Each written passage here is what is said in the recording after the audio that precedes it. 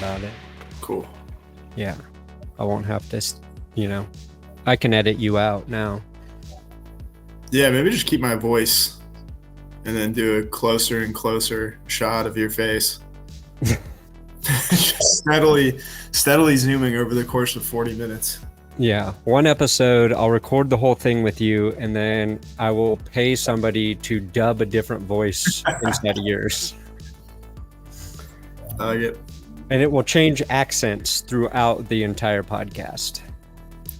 Yeah, we'll throw a little like Spanish flavor on it. Spanish, Asian, Russian, all of Europe. You hit Italian, you hit French, you hit... You can do the Italian, I think. Yes. My grandfather would be so proud of me. Welcome to That's Good Broncos podcast.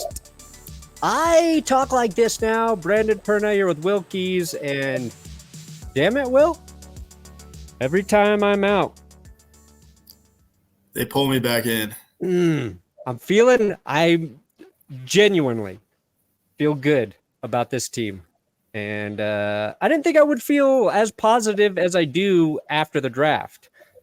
But well, it's a new feeling for us. Yeah. I don't think especially like the draft classes that didn't hit, like 2019, 2020. Well, 2019 I think we felt pretty good because we took a shot at a quarterback. But like 2020, a lot of the times you looked at the names and you're just like, who, like what? A lot of questions. It feels like they got good value in this one. They did two things. They got good value and they addressed their needs. And to be fair, there are a lot of needs, so it's hard not to address needs. But that makes the assignment a little easier. Yeah, I think like for me, 2019, I didn't want them to draft Drew Lock before the draft. Were we live? And I was like, don't go quarterback here. Don't go quarterback here. And then they went quarterback. And then I talked myself into Drew Lock. What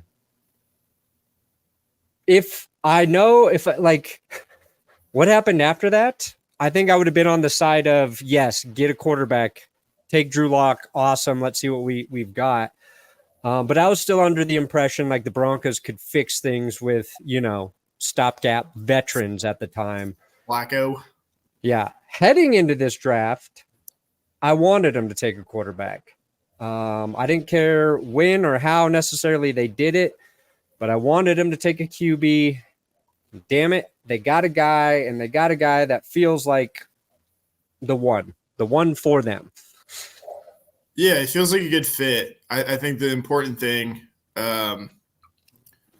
no matter how you feel about him as a prospect, you know that the coach wanted him.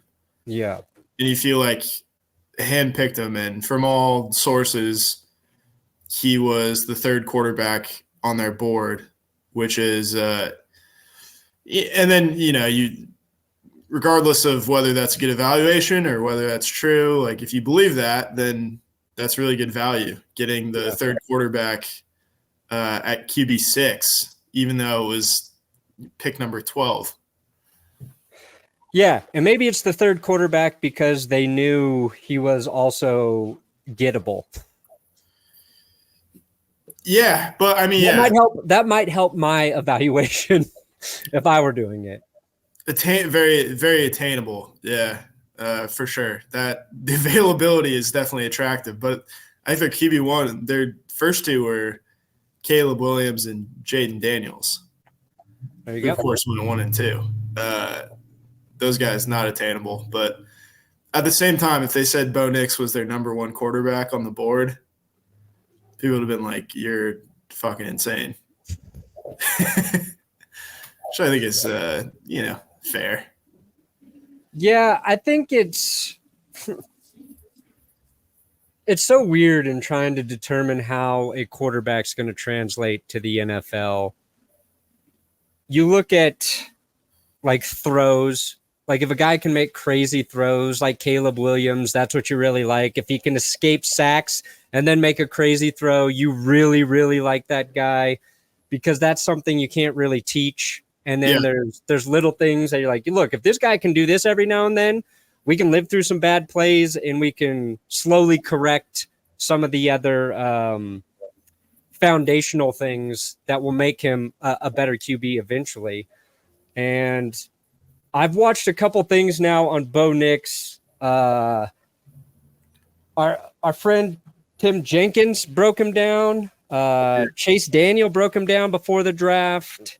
And I think when football people actually watch Bo Nix, they walk away more impressed than they thought they would. And I think that's ultimately a good thing. I think it's also like, it's irrelevant until like a guy can look really good in college for numerous reasons and then go to the pros. It doesn't work out. And the amount of things that can work against Bo Nix from this point on far outweigh the amount of things that can go right for him. So even if he's Sean Payton's guy, even if he's good, the chances of him fucking sucking and everything blowing up in our faces are greater. They are greater than it working out. But I feel like it's going to work out. I've steadily been feeling better and better. And I wasn't low on it or low on him at all when they drafted him. I just like, the more I watch him after, the better I feel. Like, sure, the Oregon offense, he threw the ball behind the line of scrimmage like a third of his passes. 30% of the time or something.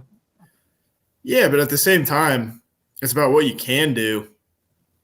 And he can hit like layered throws. He can stand in the pocket, throw it on the field. He throws from different arm angles. He's quick. He's got good feet. I think CJ Stroud, I don't know if you saw that clip, but he was talking about like the little movements he makes in the pockets to avoid sacks. It's like, yeah, well, the stats show that too. He was not sacked very often, like a handful of times. If that translates just to the Broncos, the offense will be better significantly, I think. Yeah, Sean Payton's it makes sense. Sean Payton said, like, what's the one thing we have to do as an offense? Like, take fewer sacks. Yeah. Do you think Sean could have lived with Russ if just that part of his game was good? Like, I think Sean could game plan a little bit about like missing, like, you don't have maybe the full field to work with. It's like, okay, that's not a strength of Russ. These throws, these types of things are. But even when I try to call an offense with that in mind, my quarterback's still getting sacked too much. Yeah, well, it's kind of like a chicken or the egg thing. It's like he's taking sacks too because he can't see open guys. Yeah, that's a good point. And he's extending the play.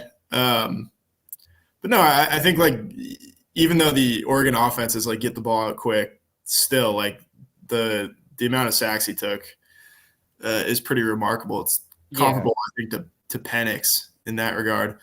But I was thinking, and like looking at the quarterbacks who got taken ahead of him, the 5 quarterbacks who got taken ahead of him, like they all have a knock, right? Sure. No matter what, like even Caleb Williams, like the big knock on him, I think, was he tries to extend plays too often. Like he holds onto the ball too long when he didn't really need to. Drake May, footwork, mechanics, the release. Jaden Daniels, durability, frame. Penix, durability. And then McCarthy, experience. So if you take all of the knocks on each of those 5 quarterbacks and turn those into positive attributes, you basically get Bo Nix. Well, it's like he was constructed out of like leftovers from all the things the other quarterbacks didn't have. And I think that like when you add it all up, that's a quarterback with a really high floor. And I know that doesn't sound like an extremely exciting thing, but it's a really good place to build from. Yeah. And it doesn't seem like there's a lot to correct. It feels like his strengths are being way downplayed. And I think if it were a different QB draft class, he would be looked at, I think, a bit higher. Yeah. I also think, like Spencer Rattler, he is paying the price for his past sins. Like, they're different. No kidding.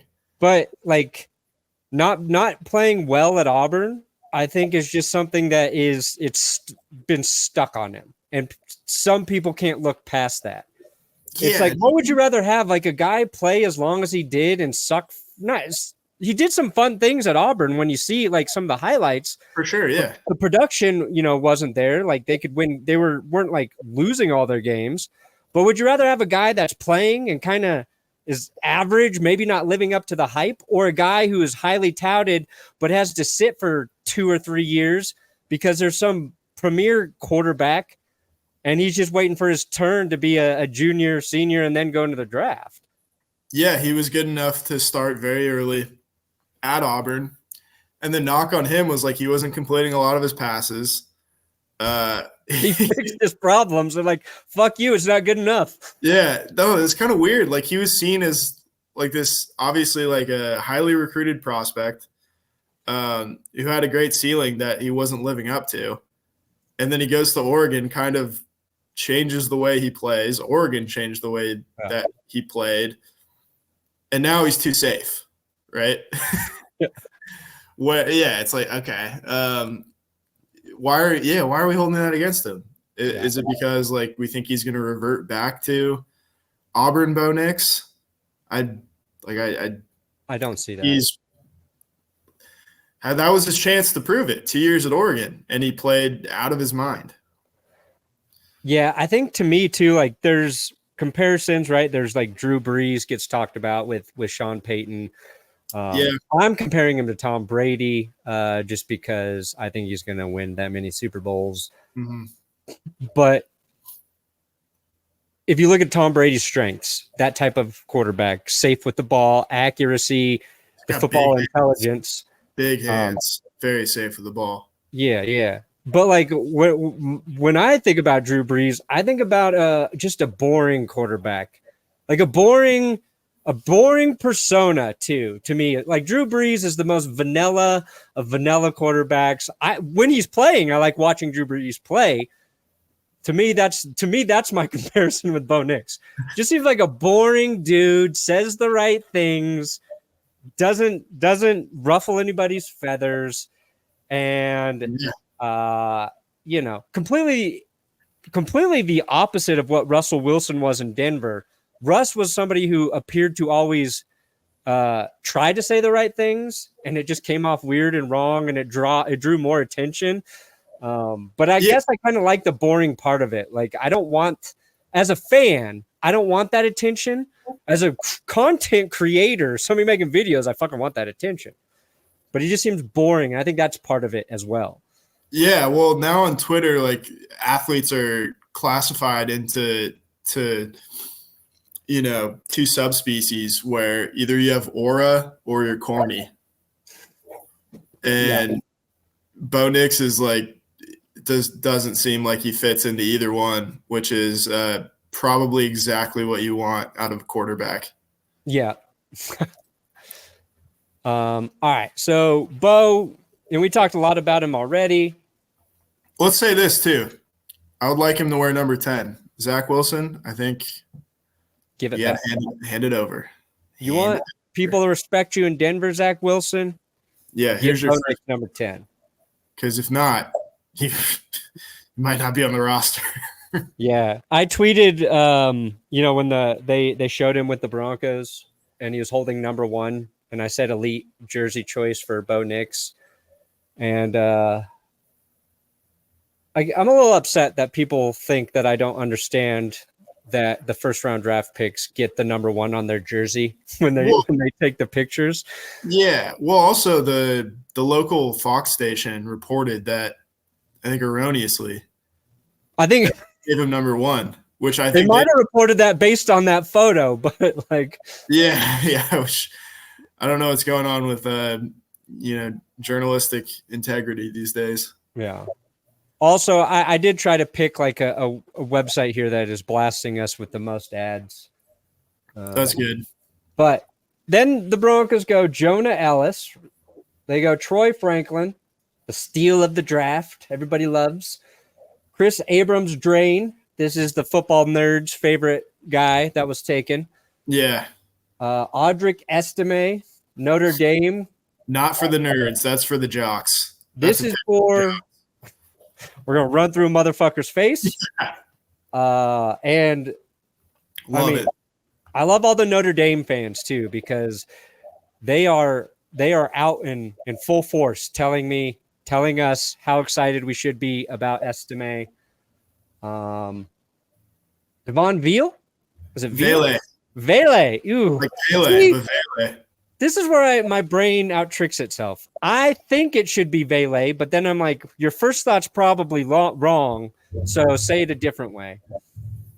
Yeah, Vele. I watched. I turned on the tape, not the tape, but the highlights to hear how his name was pronounced. I was very pleased that it was Vele. Yeah, he is 39 years old, but great selection. Yeah, he's older than both of us. And thank you for spelling this one phonetically for me in the script. Yeah. Gargiulo? Gargiulo. Yeah. Gargiulo. Count Snapula. Yeah. Also, he's a bro. He wears 69 for the Cox. That's right. Gamecocks, number 69. Ran a pro style offense at South Carolina, so you had Spencer Rattler's hands up in there. It sounds like he's going to be more of a guard. Yeah. So Count Snapula doesn't really work anymore. But based on photo alone, you have to love the pick. This was probably second to last, so actually more irrelevant than Mr. Irrelevant. Oh yeah.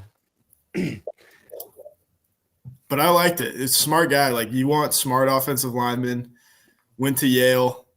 Don't know if he transferred because he wasn't smart enough for Yale, but he was at Yale. He was there? He was there. I just look at him. Do you think he showed up to class at Yale in the fall looking like this, or like, sorry? Yeah, like, we can't have you here. We can't. You're distracting. This guy, Yale material. This guy, no. Yeah. How does his face kind of look like it's morphs to his haircuts? That's what I want to know. Yeah, it's like he lightened his eyebrows over the years. I hope he keeps the hair long. I hope he keeps the mustache. Oh man, this is a shapeshifter. Holy shit. Yeah. Anyway, you just need weirdos on the offensive line. Yeah, him and Miners. Love that. Love that duo. Yeah, good pick.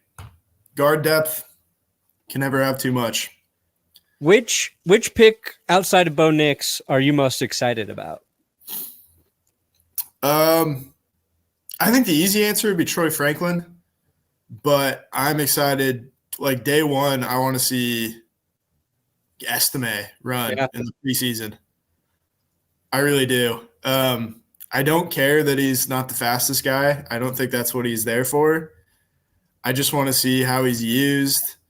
I want to see if that power translates, and I just like the identity that it gives us as an offense. Yeah. It makes me, excited to be like, okay, here's what we're going to do. We are just going to run through guys with Javonte and Estime. Yeah. And it's just a good way to hedge your bets. Like, if Javonte never, hopefully he does, but if he doesn't return to form, you've got a guy who has kind of a similar profile. I don't think he's, I don't think his ceiling is going to be where we thought it would be with Javonte or where we saw it with in the first year. But like, Sean Payton clearly wants a running back room with guys that, you have your third down scat back in McLaughlin. You have your security blanket with Perine and a guy who can really, really pass block.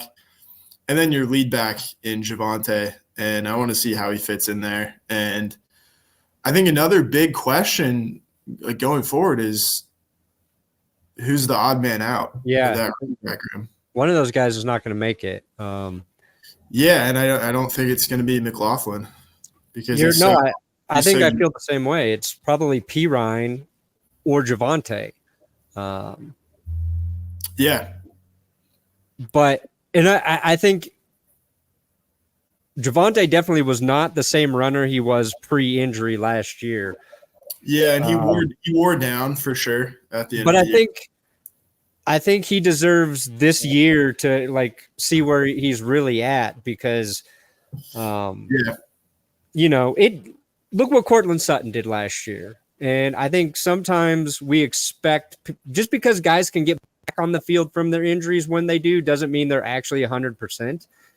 And I really hope Javonte's healthy at 100% because I do like the idea of having two guys that can just physically wear out defenses. And I think the reason I'm also like my answer was going to be Estime too, because I think that will be the best thing that can help Bo Nix versus even like Troy Franklin being good right away. It's like if we can run it 30 plus times every week, force defenses to stack boxes and just tire their asses out, like these guys breaking tackles. And I like that philosophical approach to playing. And I think we have the offensive line to do it with defenses kind of having to also, if Nix is just serviceable and attacks the full field, I think we see more success with like less crazy plays next year. Maybe some of the excitement's gone at end of the games, but yeah, I think it's a fun thing to look forward to. And then if the corner they took it, the fuck, the man they took it. Yeah, take it. I'm listening to my 3.5-year-old talk too much. Jesus Christ! If the corner they took, Audric,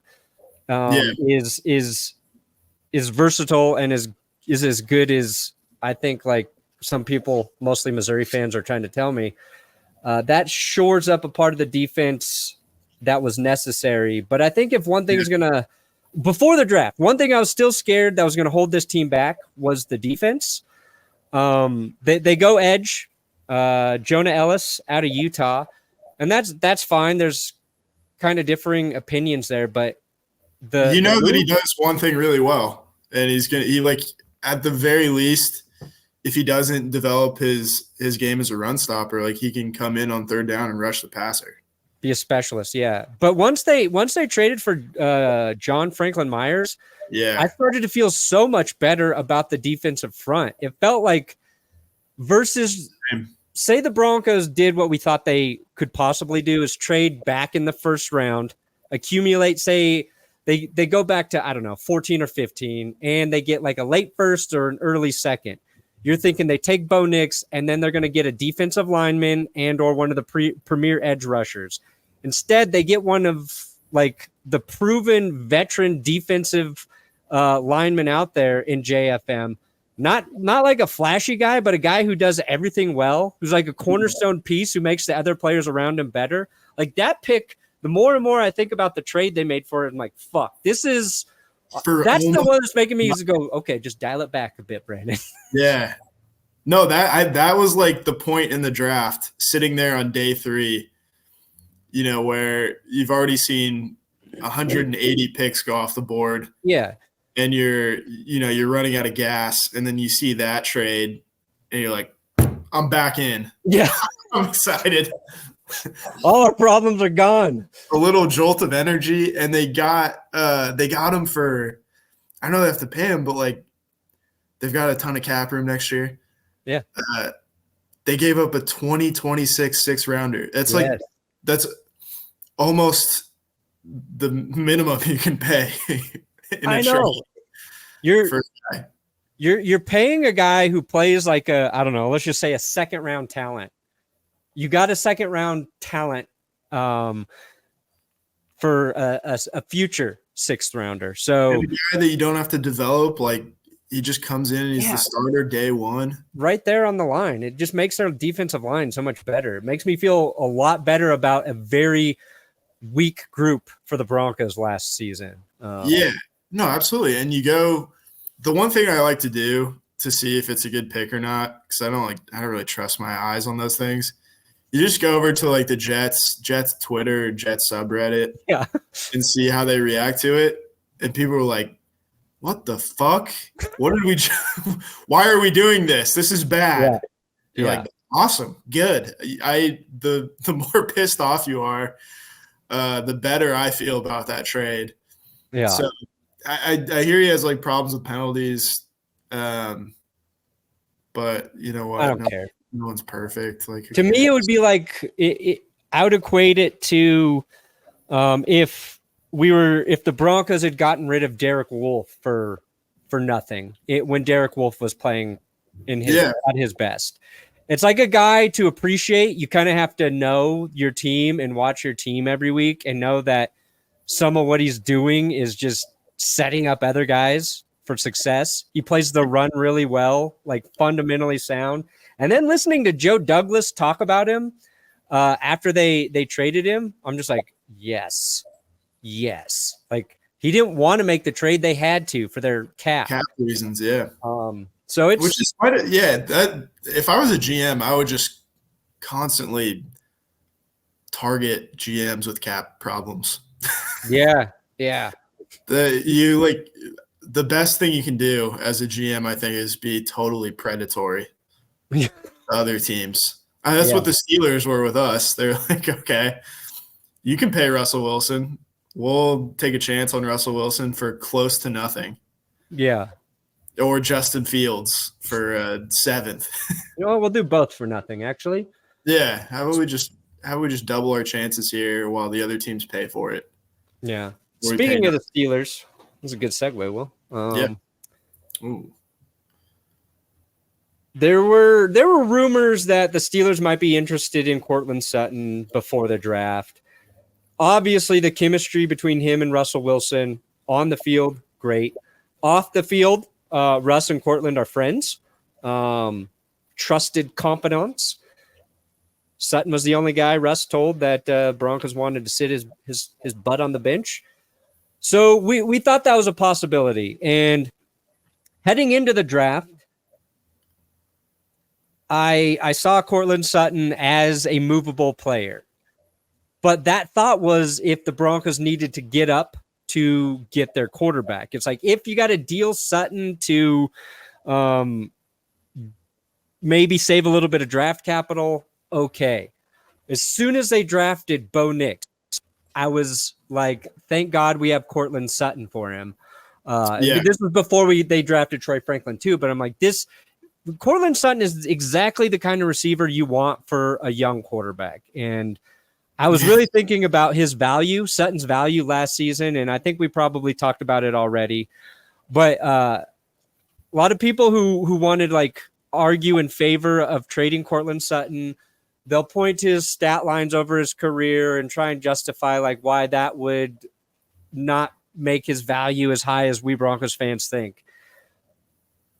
The other night I was like, you know what? If like you could go and just grade a value on a per catch basis and what it meant to a team, to your team, I would say Courtland Sutton had the highest value per catch last season of any fucking receiver in the league for the Broncos.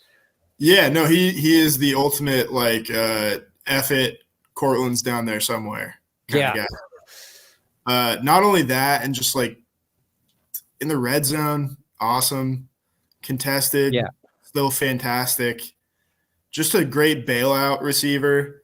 And I think the yards are misleading because he only had 700, but also no one on that team was getting anywhere near 1,000 yards in that offense with that quarterback.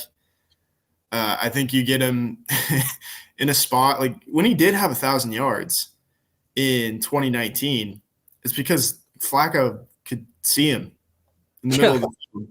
He could see him when he got open. I don't think he's that player still, but it's counterproductive, I think, especially after the draft when you can't get a pick immediately to replace him, to say, all right, well, we just drafted Bo Nix 12. We're going to take away his top target right off the bat. And you could say, like, okay, well, Mims and Franklin, those are two guys with potential to replace that kind of production. It's like you can't bet on potential there. You still have to have a guy who can do it. And they have, like, they have Josh Reynolds, which looks like a better signing now with a rookie quarterback too. Yeah. Just a smart, like, veteran possession guy. And you do still have that upside in Mims and Franklin. But yeah, you can't trade Sutton, especially with the uncertainty around Tim Patrick, because you can say you have that guy with a certain or the similar profile in Patrick, but you can't bet on a guy who hasn't played since 2021. And I don't even think a fully healthy Tim Patrick is as dynamic as Courtland Sutton. So he's a little bit – they're similar, like, build, but, like, they're different. So the reason we're talking about this, too, is because it was on Twitter last night. There's buzz because of fucking CTESPN. CTESPN and Albright was stoking the flames. Oh, yeah, with the reunited thing or whatever. So what yeah. I don't know if CTESPN is getting anything right besides jersey leaks, but the fact that they had a lot of those, it's like, okay, I got to pay a little bit of attention to this. Basically what they tweeted out is the Steelers can't have two 14s on the roster. So their 14 is George Pickens, right? Correct. Pickens number 14 over there? Yeah. Broncos, Courtland Sutton wears 14. There was already trade rumors there. We know Russ and him have chemistry, but then some people started saying DK Metcalf, also 14, also Russell Wilson chemistry.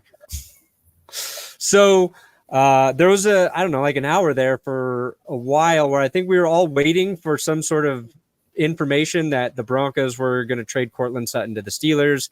And at that point, it's like, what can you get from the Steelers that you really need that you would give up? Like, why would you just give? Yeah, you're not helping yourself this season unless you get a player back, and those trades are so rare. People are saying, like, yo, let's trade Courtland Sutton for Pat Freiermuth. That trade's not happening. No. So then Mike Klis basically said the Broncos don't have plans to trade him. Steelers GM confirmed it. I don't know. Maybe they were talking about it. Maybe nothing manifested. Maybe they are talking about it. They haven't reached a deal yet. I just hope Sutton stays because I will be so much more excited to watch Bo Nix with Courtland Sutton on the roster than not. Yeah. Unless we're getting George Pickens, unless it's just a Pickens for Sutton trade. They just want Sutton there because Russ does. And we know Russ likes to ask for things when he goes to a new team. If that's the trade, then I'll sign off on that. I don't think that makes a ton of sense from the Steelers' point of view. But then again, like, I don't know that that's the thing with CTESPN is you get they got it right a couple of times. Yeah. And the theory, because I was watching Let's Talk Broncos with Zach and Joey, and apparently Zach saying that someone is leaking this stuff to CTESPN basically just for fun, just to be the quintessential Joker, an agent of chaos. To say, like, we're going to give you, like, some, like, little minor stuff, and then we're going to give you stuff that's just not true at all. And I like that theory. And create total discord, which is fun. Yeah. I would have to imagine there are some players and people that still communicate with Antonio Brown as well. Also, do we know that Antonio Brown is running that page? No, I don't think he's running it, but he might have information. I don't know. I don't even want to try to figure out what his day-to-day is. I don't know that he – yeah. The only time I know Antonio Brown's tweeting is when it's his account saying something about how somebody can suck his dick. Like I know that's him. Any like sort of cracker reference, probably Cracker reference, and how this person can give him fellatio. Yeah, that's how you know it's. That's how you know it's AB. Yeah. Anything substantial, probably a third party. Yeah. Anything that sounds like a coherent sentence. If there is punctuation, Yeah. in like two different clauses in one sentence, not Mr. Antonio Brown. That would be funny though if Antonio Brown had a second career as an NFL insider, like alongside Schefter and Rappaport.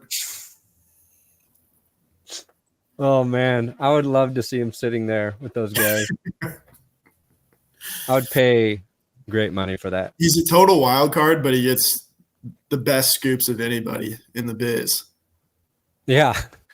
So you have to keep reason. Basically who he was as a receiver. Ooh, yes. Yes. What else? It's nice to feel good. To like we felt good with when the Broncos brought in Russell Wilson. I felt very good about that. But yes, I think it feels nice to there's a difference in the way you feel about a veteran quarterback coming in versus drafting a quarterback, because if it works out with Bo Nix, and this is a very like fandom sort of thing, it's like that's our guy. We're the team that went and got him. Absolutely. Like, we can claim him more so. We don't have to share his success with another franchise or organization. And if he works out for as long as he can play. Yeah. And, that's probably a good 15 years. So, and I am excited about the Troy Franklin pick as well. I don't want to glaze over that, but it's nice that some talented receivers kind of fell in the draft. A lot of them went at the end of the first, early in the second, and it was a bit perplexing that nobody drafted Troy Franklin. But I like the chip on his shoulder. I like a super talented guy who feels pissed off of where he was drafted, who produced, and he's going to the quarterback who threw him the ball. So there's like so much those two know about each other. And for a rookie specifically, like, I love it. Yeah, he's not a perfect receiver at this point. I think he probably fell a little bit because of route running, and sometimes he doesn't have like the most natural hands. But to take a guy with speed, and he's 6'3". He doesn't look like he's 6'3" when he's playing, but he is 6'3". Yeah, he's 6'3", but he's like Courtland Sutton. Was Sutton 6'5" or 6'4"? I think he's like 6'3". He looks like every bit of 6'3". Yeah, but he's not. He plays as that size. He's a long strider. He can get going, but Jerry Jeudy was quick, and that's kind of Troy Franklin has some of that in his game. Yeah, I think so too. And like whatever learning curve there is going to be accelerated by the fact that Nix is throwing the ball to him. Yeah, and I think he's just going to look over, to the numbers and see Troy Franklin and feel good and feel confident and probably give him the ball a lot earlier than if it was Stidham or Zach Wilson throwing him the football or anybody else. But yeah, this is how it's going to be in the future. Like there's never going to be, at least for the next, foreseeable future, next 10 years, second, third, fourth round wide receivers are always going to be a good value pick because there's so many of them. The lower levels of football just produce more good receivers than ever. I think kids want to play wide receiver. Yeah. You have these 7-on-7 camps that turn them into, fantastic playmakers and skilled players. And it's just a matter of like, after the first 3 guys or 4 guys this year, you can't argue that Harrison, Neighbors, and I'm blanking. Roman Dute, Like those are the top 3 guys, and you can maybe throw Brian Thomas in there as like a slam dunk 4th guy. But after a while, it just kind of gets down to like, what kind of receiver do you want? Because all these guys are good, as far as we've scouted. And it's like, what do you want to add to your basketball team of wide receivers? Do you want a power forward? Do you want a point guard? Sure. And that's why I think that kind of explains the Bills trading with the Chiefs, because they wanted their power forward in Keon Coleman, and the Chiefs just wanted the fastest guy to ever run the 40 at the combine. Yeah. And they felt like, if no one's taking Coleman, but we want Coleman, like, let's move down, even if it is the Chiefs. Yeah. And because I think that separation. I think that's a big like overreaction, and it's fun to do it like the next day of the draft, right? And it's fun to do it because it's the Chiefs. The Chiefs have like that guy in Travis Kelce, right? You're tall guy, you can always get the ball to. Different, but like the Bills needed a big receiver for Josh Allen because what they have is Khalil Shakir. What he's like, what, 6'1" or something? He's not a huge guy. He's kind of an in between. Khalil Shakir, what's his size? 6 foot, and Curtis Samuel, also smaller, right? Yeah, plays kind of like a smaller receiver at least. 5'11". So you got 5'11", you got 6 foot. You're assuming Shakir's going to be your 1/2 type receiver. He started to produce more towards the end of the season. They have Dalton Kincaid. So for Josh Allen, a guy like Coleman makes a ton of sense, and they got more draft capital to try and fill more holes. And with age, players leaving, their cap situation, Buffalo needed that. Yeah, and I think that the question you have to ask about the Chiefs is, was anybody going to take Worthy before they picked? Like, I don't know. I don't think so. I don't think the 49ers were just going to suddenly take Worthy over Pearsall. I mean, it's possible, but possible. They just didn't want to like worry about it, I guess, which is understandable. Yeah. Some people said the Chiefs traded with the Bills because they were worried the 49ers might take him, but I don't know. Yeah, I don't know. It doesn't seem like a Shanahan receiver necessarily. I could be wrong. Yeah. I don't know. When you look at it, it's like, and this has the potential to backfire. I'll say that in advance. I'm more worried about Ladd McConkey on the Chargers than I am Xavier Worthy on the Chiefs. Yeah, I added to the video. I think Ladd's going to he's going to be the Chargers' leading receiver this year. Yeah, no, I don't think you're far off at all. I think too, if you're a GM and you have a good quarterback, okay, so you have Josh Allen, you have Patrick Mahomes, you have Justin Herbert, you have so many options for receiver, because I think there's a thought that I know my quarterback's going to make this guy even better, right? Absolutely. Like if you've got a QB who's going to get the ball to these fucking guys, that's all a receiver really needs, is a guy to get him the ball. They're all pretty close athletically. So that's why if Chiefs are like, we want Worthy, we're going to use him in these ways. The Bills are like, we want Coleman. Perfect. Yeah. And I get it from the Chiefs' perspective. I get it to be like, all right, we can, we're a well-rounded team. It's kind of a luxury pick at the end of the first round.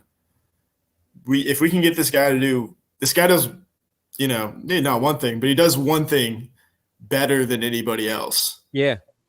So let's get that in our offense. And if he doesn't, evolve into a complete receiver, but he still does this one thing better than everybody else, that's worth it to us. Yeah, I was thinking about that too. It's like the Chiefs only need him to make like 2 or 3 plays a game, probably. Yeah, he doesn't have to have like 10 receptions every week for him to work there. Right, and like what happened to the Chiefs' offense last year that was so different than years before? It's like they were conservative. They were safe. Yeah. They were not throwing the ball down the field. And I think they just wanted that option / dynamic back in their toolkit. Yeah. And they kind of doubled down on it because they have Hollywood Brown they picked up in the offseason. Right. They add Worthy. And then Rashee Rice was a good rookie receiver. And I think he's going to be better this year, but he's got the car wreck, speed racing, felony they got to deal with first. So feels like an insurance policy. Yeah, absolutely. But yeah, I mean, at that point too, it's just like matching receiver to like the fit with the rest of your offense. But that makes sense too with Troy Franklin. It's like, okay, because all these receivers feel interchangeable on day 2 or at the end of day 1, there's going to be an odd man out because there's so much talent at this position. So let's trade up in the 4th round for a low cost and go get this guy who was an end of round 1 / round 2 pick that fell. And the fact that he was Bo Nix's teammate just makes it. Yeah, it's perfect. It's perfect. But yeah, no, I liked it. He's going to play like the Z receiver position, and you kind of wonder how he and Mims are going to pair, but I trust Sean Payton to make that work. You can never have too many good receivers. I think we'll see more from Mims too in the kickoff game with the new rules. That could be an area we see like Marvin Mims have a real impact for the Broncos next season. But I'm excited again. I'm not good, but it's like I said, it's curbed. Like Broncos, they don't have to have a winning record next season. No. We just got to feel like Bo's the guy. That's all it is. Towards the second half of the season. We got to be like, you know what? Hey, first part of the season. And mostly I feel like I'm not sold on Vance Joseph. I'm not sold on the defense yet, but we'll see. I feel better about it now. We'll see how that shakes out. And if we're in December and we're like, dang, Bo Nix is playing really well. The offense is scoring 27 points a game. Oh, my God. Yeah. Look at us. Yeah, well, the defense is giving up 30 points a game, but look, we've got an offense that can score the right way. I think that's why they hired Jim Leonard, too, just in case that happens again. There we go. Just in case. No, but yeah, we don't, we're not banking on a 2023 Houston Texans kind of season. No. We just want to see that we have our guy. That's why they didn't start him, right away, too. Find out. Yeah. Bo Nix is going to start day 1. I believe that right now. And if he doesn't start week 1, it's like he starts week 3. Yeah. Yeah. Like, all right. He needs another week or 2 to do a couple things. Or like they don't like the matchups. It's like, ooh, these first 2 games, we got to play the Ravens defense and the whatever. We'll wait. We'll wait a little bit, though. I think CJ Stroud's first game was against the Ravens. Didn't look great, but I think that made him better. No, I believe throw him in. I'm trying to think of reasons they wouldn't. Anyway. Yeah, Zach Wilson won't give him number 10 yet. I'm not playing till I get 10. That's just a cool number for him. I like it. Looks good. We need a 10. We haven't had a 10 for a while as a quarterback, have we? Can't think of any. Mostly receivers for us. Yeah. Judy and Sanders.